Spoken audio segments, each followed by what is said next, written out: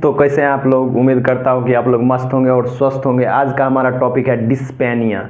इसमें होता है कि सांस फूलता है और ऐसा कंडीशन होता है कि मतलब कि एक तरह से सांस लेने में किसी तरह से डिफ़िकल्टीज़ हो आती है, तो हम उसको टर्म देते हैं डिस्पेनिया। तो इसके बारे में अच्छी तरह से जानेंगे, काउज, क्लिनिकल मैनिफेस्टेशन, ट्रीटमेंट, सारा कुछ जानेंगे। और ऐसा कोई कंडीशन मतलब ऐसा कोई कंडीशन आता है आपके साथ तो इसका ट्रीटमेंट कर सकते हैं। तो बने रहें वीडियो में और स्टार्ट करते हैं। Dyspnoea it means feeling breathlessness और breathing difficulty due to respiratory और हार्ट डिजीज। मतलब इसका मतलब है कि एक तरह से हमारा जो सांस फूलने लगता है, डिस्पेनिया में सांस फूलने लगता है। एक तरह से कोई भी पेशेंट आ रहा है जिसका सांस फूल रहा है तो उसका मतलब है डिस्पेनिया से वो सफ़र कर रहा है। तो इसमें होता है कि ब्रीथिंग डिफ़िकल्टीज़ होती है और ब्रेथलेसनेस होता है, सांस लेने में दिक्कत हो रही है, सांस जो है कि लेने में कमी हो रही है, ऑक्सीजन अंदर एयर जो है अंदर कम जा रहा है, या उसको मतलब एक तरह से ऊपर ले रहे हैं तो ऊपर ही चल जा रहा है, नीचे ले रहे हैं मतलब सांस को छोड़ रहे हैं तो छूटल जा रहा है, फिर ले ही नहीं पा रहे हैं। तो ऐसा कंडीशन देखने को मिलता है। इसका अगर वर्ड में अगर आंसर चाहिए तो डिफ़िकल्टी इन ब्रीथिंग, इसका मतलब यही है, मतलब सांस का फूलना और डिफ़िकल्टीज़ हो जाती है सांस में। तो इसका दो कारण हो सकता है और बहुत सारा मतलब एक तरह से लंग डिजीज़ में भी मानते हैं, लेकिन दो मेनली रिस्पायरेटरी और हार्ट डिजीज़ में बोला जाता है कि बोला नहीं जाता, होता है, साइंटिफिक स्टडी है। रिस्पायरेटरी ट्रैक्ट में किसी भी तरह का मतलब ऑब्स्ट्रक्शन है, इन्फेक्शंस है या पल्मोनरी किसी भी तरह का डिजीज़ है तो उस कंडीशन में देखने को मिलेगा, या हार्ट डिजीज़ में देखने को मिलेगा। उसके बाद माइल्ड या माइनर में रखिए तो लंग्स डिजीज़ में भी देखने को मिल सकता है। तो ये चीज़ समझ गए। तो चलिए देखते हैं काउजेस। उसके बाद सबसे पहला है रिस्पायरेटरी में अब क्या क्या प्रॉब्लम होगी। हम तो जाने कि रिस्पायरेटरी में प्रॉब्लम होती है और हार्ट डिजीज़ में प्रॉब्लम होती है। तो इसका मतलब जो हमारे सांस लेने का मतलब प्रॉब्लम है वो होता है, ये जो क्रिएट होता है हमारा प्रॉब्लम, सांस लेने में दिक्कत आती है। लेकिन किस वजह से, अब इसमें कौन सा भी बीमारी, कौन सा डिजीज होता है जो जिसके कारण हो सकता है। तो इसमें तो ब्रीथिंग डिफ़िकल्टीज़ है डिस्पेनिया में। अब किस बीमारी के कारण ये डिफ़िकल्टीज़ ब्रीथिंग जो है किस कारण हो रहा है तो इसमें देखेंगे। तो सबसे पहला रिस्पायरेटरी है। तो रिस्पायरेटरी में क्या क्या दिक्कतें आ सकती है, देखिए दिक्कत आने की वजह से होती है, मतलब कारण, काउजेज मतलब कारण। तो इसका फर्स्ट है अस्थमा। अस्थमा में भी एक तरह से सांस लेने की में दिक्कत होता है, थोड़ा सा ये ज़्यादा दिन के लिए हो जाता है और ओल्ड एज में देखा जाता है। इसमें होता है कि एक तरह से मतलब किसी भी तरह का ब्रोंकियो ऑब्स्ट्रक्शन हो सकता है, या लंग्स में किसी भी तरह का ऑब्स्ट्रक्शन हो या इन्फेक्शन हो, उसके वजह से होता है। उसके बाद COPD मतलब क्रोनिक ऑब्स्ट्रक्टिव पल्मोनरी डिजीज, मतलब क्रोनिक ऑब्स्ट्रक्टिव पल्मोनरी डिजीज का मतलब है COPD। मतलब इसमें होता है कि अब किसी भी तरह का जो एक तरह से पल्मोनरी हमारा डिजीज है, मतलब लंग्स का जो डिजीज है वो क्रोनिक है, मतलब ज़्यादा दिन के लिए, ज़्यादा दिन तक हो गया है, मतलब क्रोनिक लंबे समय तक, तो उसके कारण भी हो सकता है हमारा डिस्पेनिया, मतलब सांस लेने में दिक्कत हो सकती है। क्रोनिक ऑब्स्ट्रक्टिव पल्मोनरी डिजीज के कारण भी हो सकती है। दूसरा है निमोनिया। निमोनिया में एक तरह से होता है कि अब देखते हैं कि मतलब कि लंग्स में किसी भी तरह का मतलब ये जो ब्रोंकियोस में है किसी भी तरह का मतलब फ्लूइड एक्यूमुलेशन हो जाता है, या किसी भी तरह का जो हमारा लंग्स के लेयर है उसमें फ्लूइड का एक्यूमुलेशन हो जाता है, तो ये हो सकता है। और इसमें होता है कि सांस मतलब घरघराहट की तरह से होता है। उसके बाद पल्मोनरी एडिमा, इसमें भी होता है कि पल्मोनरी एडिमा में मतलब लंग्स में फ्लूइड भर जाना होता है। इसमें ब्रोंकियोस में कोई भी ऑब्स्ट्रक्शन हो या मतलब लंग्स में किसी भी तरह का ऑब्स्ट्रक्शन हो तो उसके कारण होता है। उसके बाद पल्मोनरी एम्बोलिज्म, मतलब पल्मोनरी एम्बोलिज्म मतलब है कि किसी भी तरह का मतलब हमारे पल्मोनरी आर्टरीज में किसी भी तरह का क्लॉट बन जाता है, तो मतलब ब्लड मतलब उस तरह का या थक्का बन जाता है, तो पल्मोनरी आर्टरीज में मतलब एक तरह से क्लॉट्स होता है, तो उसको बोलते हैं पल्मोनरी एम्बोलिज्म। तो ये चीज़ समझ गए। रिस्पायरेटरी में ये सब काउजेज हो सकते हैं, asthma, chronic obstructive pulmonary disease मतलब COPD, उसके बाद pneumonia, pulmonary oedema, pulmonary embolism. ये सब के कारण हो सकता है। कौन? डिस्पेनिया, मतलब ब्रीथिंग इन डिफिकल्टीज आ सकती है। उसके बाद कार्डियक में देखते हैं अब हमारा जो कार्डियक मतलब हार्ट में क्या क्या दिक्कत हो सकती है। तो हार्ट फेलियर है सबसे पहला बात। हार्ट फेलियर में अब बहुत सारा होता है कि हार्ट फेलियर में किसी भी तरह का एक तरह से आता है कि डायरेक्ट मतलब कि धीरे धीरे मायोकार्डियर में किसी भी तरह का लेयर, उसके लेयर में इन्फेक्शन हो जाता है, या उसमें ब्लड मतलब एक तरह से जो होता है कि धीरे धीरे मतलब कि किसी भी तरह का प्रॉब्लम हो, डिफ़िकल्टीज हो उसमें पल्मोनरी में, आर्टरीज में, तो उस कारण से भी हार्ट हमारा फेलियर मतलब ये लॉन्ग टाइम के लिए होता है। तो उसके बाद होता है मायोकार्डियल इन्फ्रेक्शन, मतलब इसके कारण से हार्ट अटैक भी हो सकता है। हमारा जो लेयर है, हमारा मायोकार्डियम है, जो लेयर है हार्ट का, उसमें किसी भी तरह का इन्फ्रेक्शन मतलब देखने को मिलेगा तो उसके कारण भी हो सकता है। जैसे कि अब उसमें ब्लड पंप हमारा करता है तो उसमें ब्लड कमी हो सकता है, मायोकार्डियम में ब्लड का कमी होगा तो उसके कारण हमारा देखने को मिलेगा। इससे इसके काउज मतलब इसके कारण हार्ट अटैक भी हो सकता है, जो हमारा मायोकार्डियल लेयर में मतलब एक तरह से ब्लड जो है नहीं पहुंच पा रहा सही ढंग से, तो उसके कारण भी हो सकता है।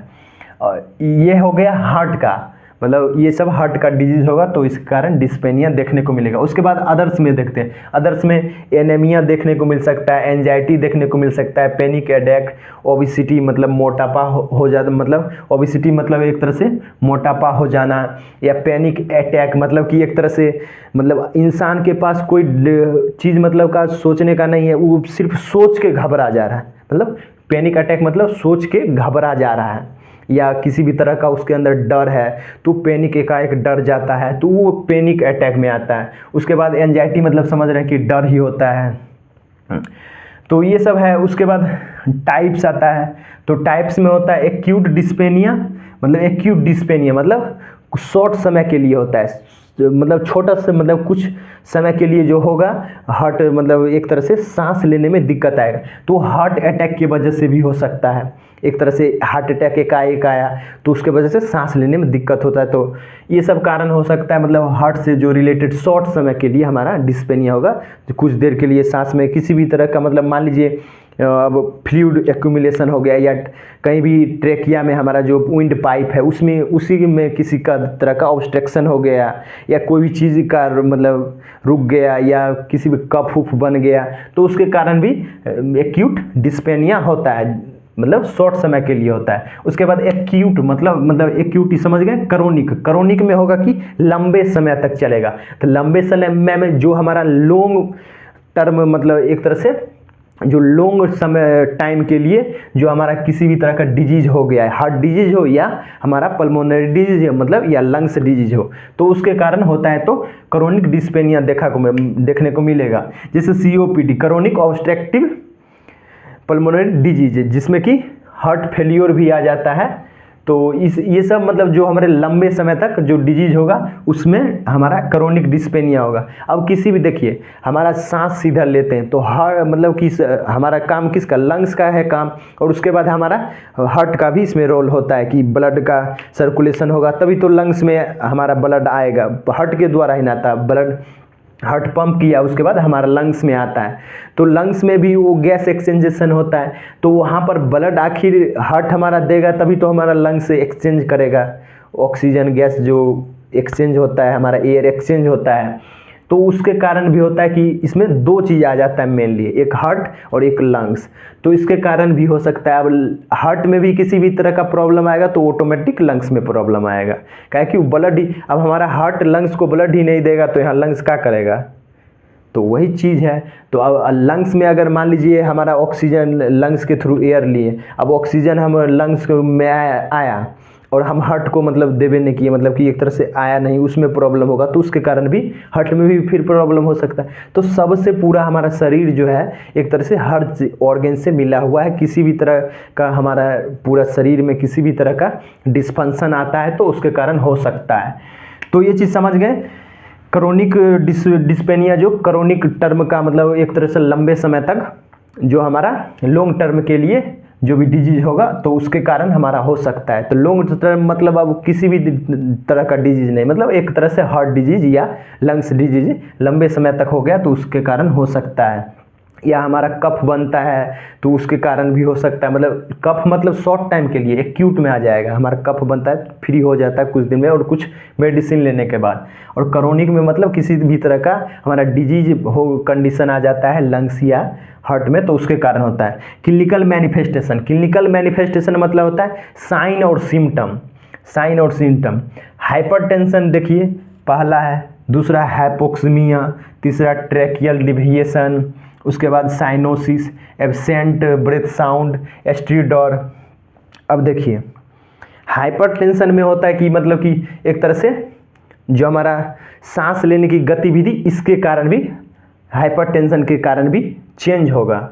और उसके बाद जैसे कि यहाँ पर हमारा जो नॉर्मल बीपी है, मतलब हमारा जो नॉर्मल बीपी है, हमारा नॉर्मल बीपी है, ब्लड प्रेशर जो हमारा नॉर्मल है उससे कम मतलब कि ज़्यादा हो जाएगा, हाइपोटेंशन में कम हो जाता है। हाइपर मतलब ज़्यादा, तो हमारा जो ब्लड प्रेशर रहेगा, हमारा ब्लड प्रेशर है वो ज़्यादा हो जा रहा है, मतलब कि हमारा नॉर्मल कितना है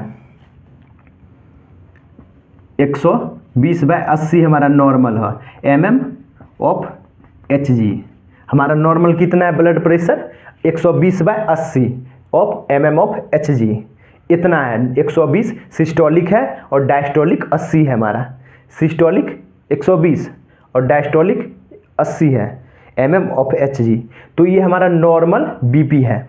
तो अब इससे मतलब ज़्यादा हो गया, अब मान लीजिए 140/90 हो गया या 100 हो गया, 140/, तो ये ज़्यादा हो गया, तो हाइपरटेंशन में भी हमारा डिस्पेनिया देखने को मिलेगा, हमारा ब्लड प्रेशर बढ़ जाएगा, तो सांस लेने में दिक्कत नहीं होगा, तो दिक्कत होगा। हाइपोक्सीमिया मतलब हमारा जो ब्लड है उसमें ऑक्सीजन का कमी हो जाएगा, हाइपो मतलब कम, ऐसे OX आ गया तो ऑक्सीजन मतलब समझ जाइए, मिया इमिया मतलब ब्लड जैसे, तो हाइपोक्सीमिया मतलब हमारा ब्लड में ऑक्सीजन का कमी होगा, तो इसके कारण ट्रैकियल डेविएशन, ट्रैकियल डेविएशन का मतलब है हमारा जो ट्रैकिया है वो हमारा जो नॉर्मल एक तरह से स्टैंड है, जहाँ स्टैंड है उससे हट जाएगा, वो मतलब अपना जो जगह है वो छोड़ देगा, हल्का फुल्का इधर उधर हो जाता है, तो उसी को बोलते हैं ट्रैकियल डेविएशन, मतलब हमारा ट्रैकिया अपने जगह से इधर उधर हो गया तो उसको बोलेंगे ट्रैकियल डिविएशन,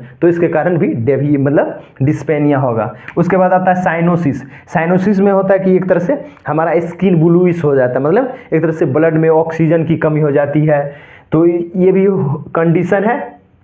उसके बाद यहाँ पर है अब्सेंट ब्रेथ साउंड, मतलब साउंड जो हमारा ब्रेथ का है तो वो जो आता है वो नहीं सुनने को मिल सकता है, ऐसा हो सकता है। और एस्ट्रीडर भी यही है, साउंड चेंजेज इन, हमारा जो साउंड का चेंजिंग है, एस्ट्रीडर मतलब होता है कि एस्ट्रीडर देखने को मिलेगा, किस कारण से देखने को मिलेगा, क्योंकि साउंड का जो साउंड होगा उसमें चेंजिंग आएगा, हम सांस नहीं ले पाए रहे, मेरा सांस फूल रहा है, तो उसके कारण एस्ट्रीडर देखने को मिलेगा, मतलब सांस में जो साउंड है सांस का, हमारे एयर का साउंड है, ले रहे तो सांस है उसमें चेंजेज आ जाएगा, तो उसको बोलेंगे एस्ट्रीडर। उसके बाद अब देखिए ये क्लिनिकल मैनिफेस्टेशन जान गए कि ये सब मतलब साइन सिम्टम देखने को मिलेगा, क्लिनिकल मैनिफेस्टेशन मतलब साइन और सिम्टम, तो ये सब देखने को मिलेगा। उसके बाद हमारा है मैनेजमेंट। अब मैनेजमेंट में देखिए इसमें भी अलग अलग तरह का होता है। अब देखिए किसी भी तरह का एक तरह से होम मैनेजमेंट, अगर मतलब एक तरह से वो समझ सकते हैं उसका वैसा क्रोनिक मतलब एक तरह से एकाएक कुछ भी हुआ तो उसमें आप लोग घर में जैसे कि एक तरह से पेशेंट को जो भी है पेशेंट मतलब घर में किन्हीं को आपको हुआ तो पहले पोजीशन दीजिए, सही पोजीशन मतलब फ्लावरल पोजीशन दे सकते हैं, मतलब 90 डिग्री पर स्टैंड कर सकते हैं, थोड़ा सा सांस लेने में दिक्कत ना आए ऐसा। उसके बाद एक तरह से ऑक्सीजन प्रोवाइड तो हॉस्पिटल में ही करेंगे तो ऑक्सीजन प्रोवाइड, तो यहाँ नहीं, मतलब ये सब थोड़ा सा एक तरह से मतलब कि उनको अच्छा फील मतलब करवाइए, सांस ले नॉर्मल रखिए, तो वो सब मतलब पहले पोजीशन आप लोग घर में दे सकते हैं। तो ये सब मतलब एकाएक ऐसा कुछ देखने को मिलेगा तो कर सकते हैं। पोजीशन सबसे पहले पोजीशन प्रोवाइड। इसमें भी है इमीडिएट मैनेजमेंट। इमीडिएट मैनेजमेंट में हाई फॉबुलर पोजीशन देंगे, मतलब हाई फॉबुलर पोजीशन देंगे जिसमें कि 90 डिग्री पर स्टैंड किया जाता है पेशेंट को, मतलब उसको सांस लेने में उसका जो ट्रैकिया है वो सीधा हो जाए, विंड पाइप सीधा हो जाए ताकि उसको दिक्कत ना आए, किसी भी तरह को सीधा सांस ले पाए, इसके वजह से तो ये चीज़। उसके बाद O2 सैचुरेशन, मतलब एक तरह से O2 जो हमारा है ऑक्सीजन एडमिनिस्ट्रेशन करेंगे, तो ऑक्सीजन एडमिनिस्ट्रेशन में हम लोग क्या कर सकते हैं, नेजल कैनुला के थ्रू दे सकते हैं। उसके बाद फेस मास्क के थ्रू देख सकते हैं, आप हॉस्पिटल में देखते होंगे, आप खुद मेडिकल से हैं तो ऑक्सीजन मास्क मतलब आता है फेस मास्क, वो देते हैं। चाहे कंडीशन मतलब ज़्यादा अगर वैसा सीवियर कंडीशन है तो ये सीवियर कंडीशन में फेस मास्क या वेंटिलेटर प्रोवाइड करवाते हैं। उसके एयरवे क्लियर कीजिए, देखिए एयरवे क्लियर कर सकते हैं, एयरवे क्लियर कर सकते हैं। अगर आप एक तरह से नर्स प्रैक्टिशनर हैं तो या किसी भी तरह का मेडिकल मतलब फील्ड से हैं तो एयरवे क्लियर मतलब आप लोग कर सकते हैं ये प्रोसीजर। और उसके बाद हाई फॉबुलर पोजीशन तो आराम से कर सकते हैं बिना किसी क्लिनिकल हेल्प के। और दूसरा हमारा काउजेज स्पेसिफिक मैनेजमेंट, हमारा जो किसी भी हमारा जैसे कि हमारा डिस्पेनिया हो रहा तो किसी भी ना किसी कारण के होगा, किसी भी कारण से होगा, रिस्पिरेटरी डिजीज़ के कारण हो या हमारा कार्डियक डिजीज़ के कारण हो, तो उसके कारण हो रहा था। तो यहाँ पर अस्थमा है, COPD है, निमोनिया है, तो ये सब के कारण मतलब हो रहा था। अब यहीं पर देखेंगे किस कारण से मतलब हो रहा था तो उसका मैनेजमेंट करेंगे हम लोग। जिस कारण से डिस्पेनिया मतलब ये हमारा डिस्पेनिया एक साइन सिम्टम है, कोई डिजीज नहीं है, साइन सिम्टम है। तो देखने को सांस लेने फूल रहा है तो क्यों दिक्कत आ रहा है। अस्थमा जैसे कि हमारा वही चीज़ है कि सांस लेने में भी दिक्कत होता है। अस्थमा मतलब सांस मतलब लेने में दिक्कत आता है, प्रॉब्लम होता है, एक तरह से हमारा कफ बन जाता है ट्रेकिया में, ब्रोंकिस में, ये सब। तो वो जो है कि एक तरह का हमारा जो है एक साइन सिम्टम्स ही है, हमारा डिस्पेनिया साइन सिम्टम, ये कोई डिजीज नहीं है।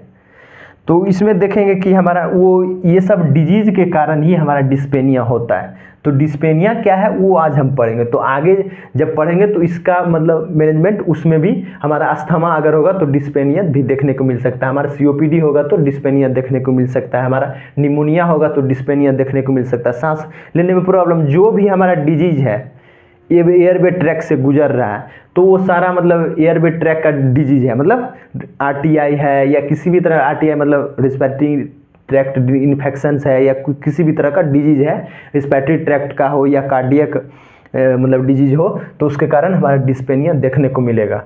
तो उसी में आता है स्पेसिफिक, मतलब किसी भी एक मतलब को लेकर हम लोग मतलब इलाज कर सकते हैं। जैसे अस्थमा और COPD है तो उसमें क्या देंगे, ब्रोंकियोडायलेट। अस्थमा में भी हमारा जैसे कि ब्रोंकियोल्स में ऑब्स्ट्रक्शंस आ रहा था या किसी भी तरह का फ्लूइड एक्यूमुलेशन होता है तो उसके कारण होता है, तो इसमें ब्रोंकियोडायलेटर्स देंगे। ब्रोंकियोडायलेटर्स क्या करेगा, ब्रोंकी को डायलेट करेगा, हमारा जो ट्रेकिया है उसका वो डायलेट करेगा, उसकी चौड़ाई को थोड़ा बढ़ा देगा, और उसमें जो मतलब कि किसी भी तरह का फ्लूइड एक्यूमुलेशन होगा तो उसको थोड़ा सा फ्रीली करने का काम करेगा। तो इसमें दे सकते हैं सल्बुटामोल इनहेलर दे सकते हैं, नेबुलाइजर दे सकते हैं, ये चीज़ दे सकते हैं। उसके बाद कोर्टिकोस्टेरॉइड्स दे सकते हैं, ऑक्सीजन थेरेपी दे सकते हैं, तो ये सब मैनेजमेंट कर सकते हैं। निमोनिया इन्फेक्शन में हम लोग एंटीबायोटिक्स दे सकते हैं। उसके बाद हार्ट फेलियर है तो उसमें डायरेटिक्स दे सकते हैं, जैसे कि एग्जांपल में फिरोसोडामाइड्स, नाइट्रेट्स मतलब एक तरह से BP हमारा लो होगा तो उस कंडीशन में देंगे ताकि BP को थोड़ा सा नॉर्मल कर दे, सही कर दे, हमारा BP कम हो जाएगा तो नाइट्रेट्स देंगे। तो उसके बाद पल्मोनरी इम्बोलिज्म है, पल्मोनरी इम्बोलिज्म में आता है कि हमारा पल्मोनरी में किसी भी तरह का क्लॉट बन जाता है तो वो चीज़ मतलब आर्टरीज में क्लॉट हो जाता है तो उसके कारण भी हमारा ब्लड में क्लॉट, तो उसके कारण इसमें देंगे एंटीकोगुलेंट्स, जैसे कि हेपरिन्स। एंटीकोगुलेंट्स क्या करेगा, हमारे ब्लड को मतलब एक तरह से जो पानी मतलब कि हमारा जो क्लॉट हो रहा था उसको फ्री करेगा, एंटीकोगुलेंट्स देंगे। इसमें जो क्लॉट्स बन रहा था हमारे पल्मोनरी में मतलब आर्टरीज में जो क्लॉट बन रहा है उसको फ्री करेगा हमारा एंटीकोगुलेंट्स। तो ब्लड को थोड़ा सा वाटरी करेगा, मतलब कि एक तरह से जो हमारा क्लॉट बन रहा था उसको थक्का बनने को उसको मतलब कि एक तरह से बढ़ाएगा, ज़्यादा स्पीड थोड़ा वाटरी हो जाएगा तो थोड़ा मतलब पतला करने का, एंटीकोगुलेंट्स एक तरह से ब्लड को पतला करने का काम करता है। तो इसमें क्या हो रहा था, पल्मोनरी एम्बोलिज्म क्लॉट बन रहा था ब्लड में, तो वही क्या करेगा, एंटीकोगुलेंट्स ब्लड को उसको क्लॉट होने से बचाएगा। जैसे कि एग्जांपल में हेपरिन ले लीजिए। उसके बाद एंजाइटी या पैनिक अटैक आता है तो इसमें एंजाइटी ड्रग्स देंगे, मतलब एंटी एंजाइटी ड्रग्स क्या करेगा, हमारे डर और फियर जो भी है उसको कम करेगा। पैनिक अटैक, किसी भी तरह का अचानक घबराहट आ रहा है तो उसको कम करेगा। तो उम्मीद करता हूँ कि आपको वीडियो यहाँ तक समझ आ गया हो, तो एक लाइक कर दें और चैनल को सब्सक्राइब कर लें और बेल आइकन को दबा दें ताकि वीडियो सबसे पहले आप तक पहुँचे। तो धन्यवाद, मिलते हैं अगले वीडियो में।